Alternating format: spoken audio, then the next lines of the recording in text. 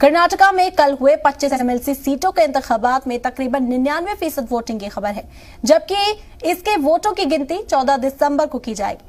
इस दौरान बीजेपी ने 18 से 20 सीटें जीतने का दावा किया है। वोटिंग के बाद रियासती वजीर के.एस. ईश्वरप्पा ने फिर हिंदू मुस्लिम के मुद्दे को हवा दी।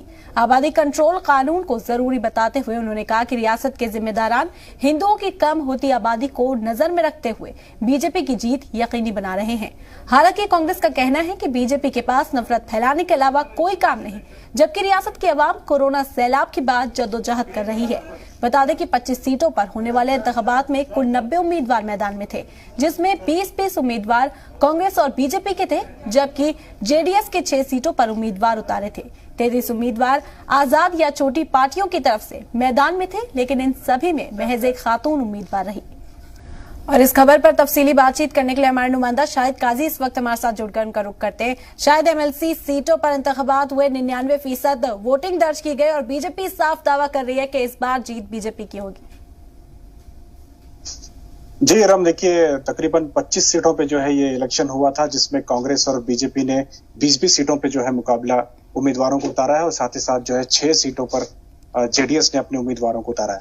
बीजेपी का कहना है कि सबसे ज्यादा सीट पर जो है वो काबिज होंगे, वहीं दूसरी तरफ कांग्रेस भी पूरे अज़्म और जोश के साथ नजर आ रही है। जी। कुल मिला के अगर देखा जाए तो ये जो इलेक्शन है, क्योंकि ये आम इलेक्शन से बिल्कुल मुनफरद होता है, क्योंकि इसमें जो वोट डालने का जो पावर है वो अवामी नुमाइंदों को है। पंचायत, जिला पंचायत और तालुक पंचायत के अलावा कॉर्पोरेटर्स जो हैं ये वोट डालते हैं। तो ये बिल्कुल अलग अंदाज में ये इलेक्शन होता है। इसमें तकरीबन 5 ऐसे सीटें हैं जिसमें एक कॉन्स्टिट्यूंसी से 2 उम्मीदवारों को चुने जाएंगे, फर्स्ट प्रेफरेंस और सेकंड प्रेफरेंस के तौर पर। तो 5 सीटों में कांग्रेस और बीजेपी के सेफली 5-5 उम्मीदवार चुने जा सकते हैं। और दूसरी तरफ जो है अब दावा कर रही है कांग्रेस, बीजेपी के सबसे ज्यादा सीट जो है वो लेगी, क्योंकि अब बसवराज बोम्मई के ऊपर कहीं ना कहीं एक दबाव है कि अगर इस इलेक्शन में अगर उनका परफॉर्मेंस अच्छा नहीं रहा और बीजेपी का रिजल्ट अच्छा नहीं रहा तो उनकी कुर्सी जो है वो कहीं ना कहीं खतरे में आ सकती है। इसी वजह से बसवराज बोम्मई ने भी पूरी ताकत लगाई है। अब देखना होगा कि जो येदियुरप्पा का जो फैक्टर काम किया करता था, लिंगायत वोट बैंक का जो फैक्टर था, वो किस तरह से इस इलेक्शन में काम करता है, किस तरह से उसका रिएक्शन होता है, वो भी देखना होगा। दूसरी तरफ कांग्रेस का कहना है कि कोरोना के दौर में कांग्रेस ने बहुत अच्छे काम किए हैं, लोगों को मदद की है। इस वजह से लोकल लेवल पे जो बुनियादी सहूलियात हैं उसे देखते हुए कहीं ना कहीं लोग जो है कांग्रेस की तरफ माइल होंगे। कांग्रेस का भी कहना है कि वो 15 से 18 सीट लेने में कामयाब होगी। अब देखना होगा कि ये इसका जो रिजल्ट है वो 14 तारीख को आएगा। किस तरह के नतीजे सामने आएंगे ये तो 14 तारीख को पता चलेगा। लेकिन जब से वोटिंग हुई है उसके बाद से हम देख रहे हैं जो सियासी जमातें आपस में ही वार पलटवार खेलती हुई नजर आ रही है। कांग्रेस ने इल्जाम लगाया कि बीजेपी एक बार फिर मजहबी मुद्दे को उठाकर यहाँ पर फायदा पहुंचाने की अपनी पार्टी को कोशिश कर रही है। बिल्कुल, कांग्रेस का कहना है कि बीजेपी के पास डेवलपमेंट के नाम पर कुछ भी नहीं है। इसी वजह से वो कम्युनल कार्ड खेलना चाहती है। इसी वजह से लगातार इलेक्शंस में भी और इलेक्शन के बाद भी जो है लगातार इस तरह के बयानात आ रहे हैं, चाहे वो ईश्वरप्पा की बात ले लें या सीटी रवि की बात लें, लगातार इस तरह के कम्युनल स्टेटमेंट्स आ रहे हैं।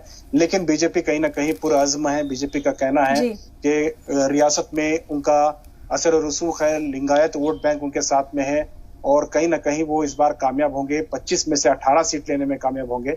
अब देखना होगा कि किस तरह से बीजेपी और कांग्रेस के दरमियान जो ये लफ्जी झड़पें हैं इसका असर आवाम किस तरह से देती है, वोटर्स किस तरह से लिए हैं, ये तो रिजल्ट के बाद ही देखने को मिलेगा। लेकिन इस पूरे इलेक्शन में खास बात ये रही, लोगों में खास करके नाराजगी ये रही कि तमाम पार्टियों में, चाहे वो कांग्रेस, बीजेपी या जेडीएस हो, तमाम पार्टियों में अमीर उम्मीदवारों को उतारा है।